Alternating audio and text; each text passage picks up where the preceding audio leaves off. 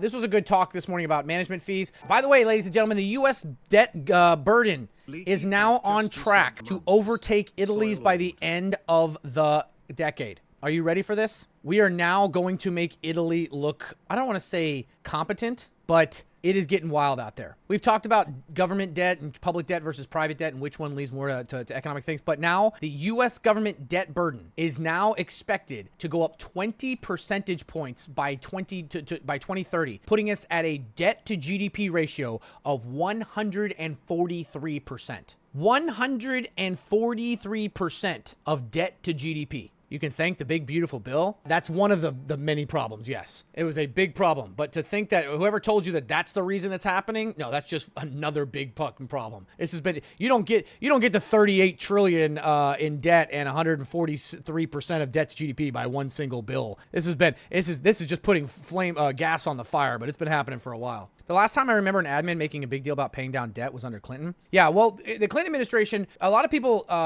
give Clinton the credit for it, but I think people misunderstand that Clinton was just the president at the time. This was actually something that was done by bipartisan agreement in Congress. It was the last time we had Congress, like both sides actually sit down and work out a deal and not just like play the game of like everyone is going to die if you don't do exactly what I do. Like Gingrich, which he was a fucking piece of shit in his personal life and other stuff like that. But he actually worked together with some of the Democrats and they put in policies that ended up fucking people down the line. But you counter that and the dot-com boom that was happening at the same time in the 90s. So you had all this money coming into the United States from the service sector when Microsoft and a lot of these other big companies were really pushing up. And you get all that, especially because also people don't realize this, but nobody wants to talk about all this shit because it's like, it's not sexy history. But you do realize that the Gulf War was to protect oil prices, right? Like what happened in the 80s with Carter and all that stuff like that, and oil prices spiking and causing this massive recession. Once Iraq invaded into Kuwait, the United States was like, this is not fucking happening again. Like no, fuck that. You're not going to fuck with our oil prices again. So we go in there and like stop Iraq and everything like that and basically take over control of a lot of their resources in the short term. But basically as hey, we bailed you out. Now you owe us all this oil. And OPEC kind of like became more friendly to the US in that way. This was also the end of like the Middle East League of Nations kind of thing. It was like the US is there to kind of like bail them out, whatever. Long story short, that kind of flowed cheap oil, brought prices down. Okay, because especially energy prices at the time, which was huge because it also made it cheaper for, everything else going on. Then the U.S. started, hadn't quite put their reliance on China yet, but still had trade agreements in, and we were starting to see those products come over from Asia. Like you had Taiwan, and Japan was in full swing at the time. We had a really good trade agreement with Japan at the time. Taiwan was the one. Remember, for those of you guys that are boomers, do you remember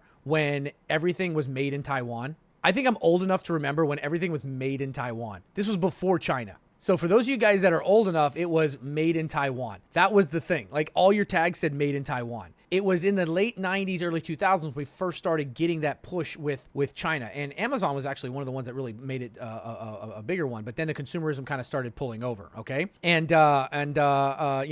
So you started seeing this big inflow of cheaper goods. And what happened? In the 90s, when we opened up trade to Asia, okay, more, what happened is all these things that were made in the United States, okay, it's funny because part of the reason that we exploded in our economy was by giving away so much that people are complaining about now. So here you go, okay? I should be doing this, but this is just my take on it. I'm not going to give any specific numbers, but okay, in the 80s, you had a massive recession that was mostly because of the Iran and oil crisis, which, by the way, would have ended earlier, but Reagan and the Iran-Contra thing, basically, which completely destroyed Jimmy Carter's presidential. He wasn't going to win anyways, but they by holding off the hostages being released until after the election, so that Reagan could make it look like he scared them into doing it. All the while, we're swapping weapons and money between Iran and the Contras in South America behind the scenes. Even though Congress said you can't give weapons to them, they still did it by basically swapping money for weapons off the books with the CIA. Iran-Contra, we could do a whiteboard on that another time. But the 80s, this is when the crisis happened, right? You had Paul Volcker, you had inflation, you had oil prices, the economy fucking collapsed, right? It was a big thing during Carter. Everyone blamed Carter for it. Coming out of it, you had Reagan. Reagan kind of was we're tough now. Gorbachev, we're taking it down. We win the Cold War. Everybody's happy, blah, blah, blah. But then once that happened, once we beat communism, all right, we're going to spread democracy. And where do we just spread democracy first? We didn't finish the job in 1945. We're going to finish it now. So we moved to Asia. And what do? The United States, okay, the good old US of A, okay, good old US of A. Sorry, fucking Upper Peninsula. Nobody gives a shit about you. Good old US of A decides, hey, we're gonna head east. Okay, we're gonna head east. And so let me tell you something. In the 1990s, when you wanted to buy a TV, television cost you $3,000, and that was 1990s $3,000. You wanted to buy a camcorder? That cost you $2,000. That was 1990s $2,000.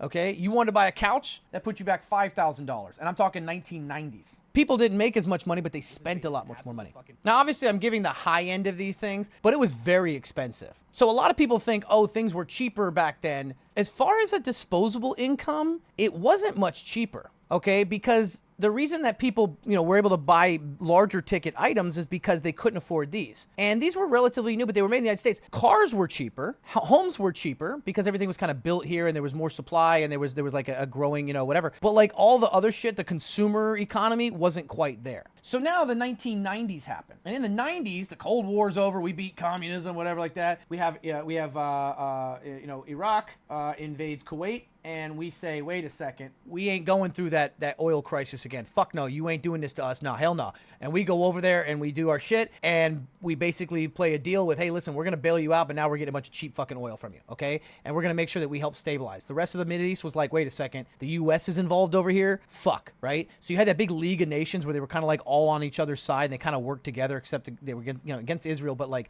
because they were obviously the all the shit that was going on over there. But this League of Nations was kind of like, oh shit, we kind of like, oh shit. And I'm not trying to be like, oh, fuck yeah, America. But that's kind of like what happened. Like, oh shit, U.S. is over here. We got to like, whatever. And we've talked about how this happened. And obviously what was going on with Iran and the whole 9 yards there. So Iran-Iraq war also happened. So, which is funny because we armed Iraq and then we were against Iran with the Shah. It was just a weird fucking time. Okay, so now we move over to Asia and we're like, all right, we're going to bring it over to Asia. So now Japan starts importing all of their cars. And this collapses the U.S. Car market. Ford could have jumped on board and said, okay, we'll start offering, cheaper alternatives and easier to make and easier to replace and stuff like that. But they're like, no, people aren't going to want to buy that cheap Japanese shit. They want to buy our good American shit, whatever. They flood the market. Now, car prices start coming down. So now people can afford more cars, which means they have more disposable income. All right, so Japan floods the U.S. market with all these cars. Car prices get cheaper. Well, guess what? When car prices get cheaper, people have more disposable income. So what happens? They start spending. And we start making these trade deals. We start importing cars from Japan. We start getting electronics and things from Korea. South Korea. And now our manufacturers here aren't doing it. It's cheaper to manufacture it over there. It imports over here. It's done cheaper and faster. And so now the prices of things start going down. TVs start going down. Another thing, more people have TVs, which guess what? Now it's cheaper. They have more money. Also, the TV is now advertising to them, which means they use that disposable income to buy more shit. And so we start getting this massive run of people having more disposable income. Well, what do they do with their disposable income? They fucking spend it. And when they start spending it, they start ordering more. So then the trade agreements grow and grow and grow and grow until eventually China decides, let's give this capitalism thing a shot too. And they take all of their fucking major centers on the water and they say, okay, here's what we're going to do. We're not going to control these markets. We're going to let them free up. And we got this major oversupply of people. So we're going to have them come in, and that means we have cheap labor, and we're going to start doing this. And then we start making those trade agreements, which then exacerbates it. But in the 90s, we started doing it. So we started having a surplus. People think that Clinton just made us have a surplus. Like he cut the budget down. Like he cut spending down so low that gave us a surplus. And I don't know why that is. I think people misunderstand that that's not what happened. Like there was a cut in spending, but I think people misunderstand that a balanced budget, and I'm not taking anything away from Clinton, or his administration, or whatever, but I think people need to also understand how this shit works because you're either fed bullshit one way or the other, but we had a balanced budget. Now, most of this was not done with Clinton, right? Clinton was just kind of there. Congress actually worked together, ended up working together. The R's and the D's actually came together, and they actually reached an agreement. This wasn't a hold one side hostage until somebody gives in. They actually reached an agreement. They cut the spending, right? So here's the U.S. spending. U.S. spending is going up. But here's what happened. This was our revenue, but all of a sudden our revenue did this. So when you can do this, you achieve a balanced budget. you achieve a balanced budget, because all of this GDP growth and consumer spending, right, and all this extra money gave way to whole new types of businesses. And then you had the tech boom, right? The 90s, you had the tech boom. Then late in the 90s, you had the dot-com era, which is 1998 when this happened. And so we had this massive increase in revenue. And part of it was because GDP increased just because people were spending. And more people spending meant more jobs. More jobs meant more taxpayers. More taxpayers, more income coming in, right? Balance, our trade balance was a little bit wild for a little bit there, but we used to be an exporter, then we were an importer. But it ended up making, and this isn't scale, but this has happened. Then what happened? Japan had zero interest loans if you ever needed it. Oh yeah, Japan's zero interest rates were insane. People were literally taking, in the US, were taking out loans in Japan. They crashed their economy. Then 9/11. 9/11 happened. Now, regardless of your thoughts on 9/11 and how it was done, if it was this or that, if it was a blowback, if it was this, who caused it, inside, whatever your fucking belief is, okay? This is what we're talking about. 9/11 happens. Then, War on Terror, nice catchphrase. Everyone was shocked. Nobody would say no to anything. Then the War on Americans. This is your Patriot Act and the NDAA and TSA and government agencies and spending went insane.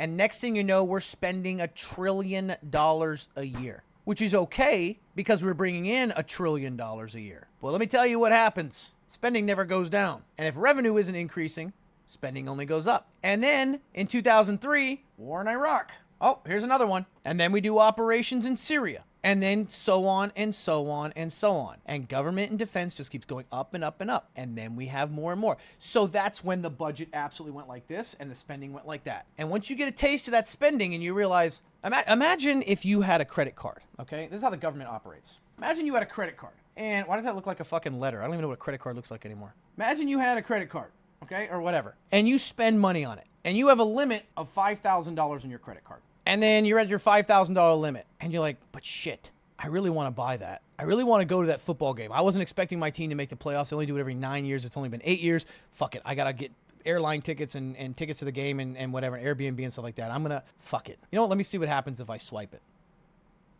Dude, accepted. 7K. You're like, wait a second. What? But my limit's 5K. How the fuck did I get to 7K? And you're like, well, I really got to figure out a way of paying this, right? I got a way of paying this. I only have $5,000 to cover it because that's what I thought I had expending it or whatever.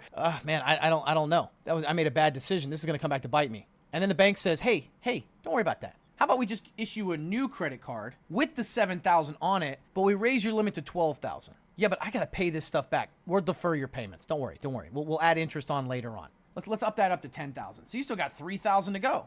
Yeah, but I haven't gotten a raise at work. No big deal.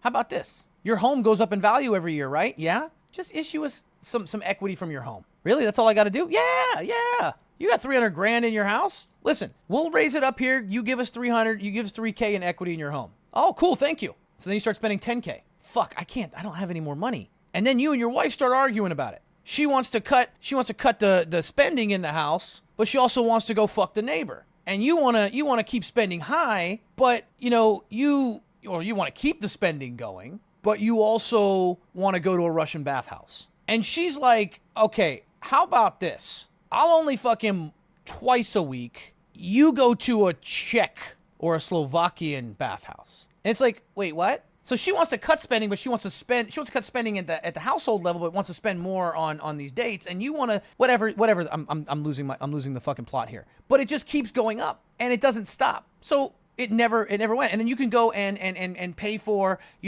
renovations in the house. And you can go on this trip and that trip because there's no real consequence to it. And everyone's telling you that eventually it's going to come back. But you're like, I got this house. And as long as they keep taking equity in my house, they'll keep upping it. But isn't that going to collapse? Well, not really, because the value of the debt you owe in the house goes lower and lower every year. But eventually, how do we go? I was just talking about GDP ratio of in Italy. What the fuck happened to me?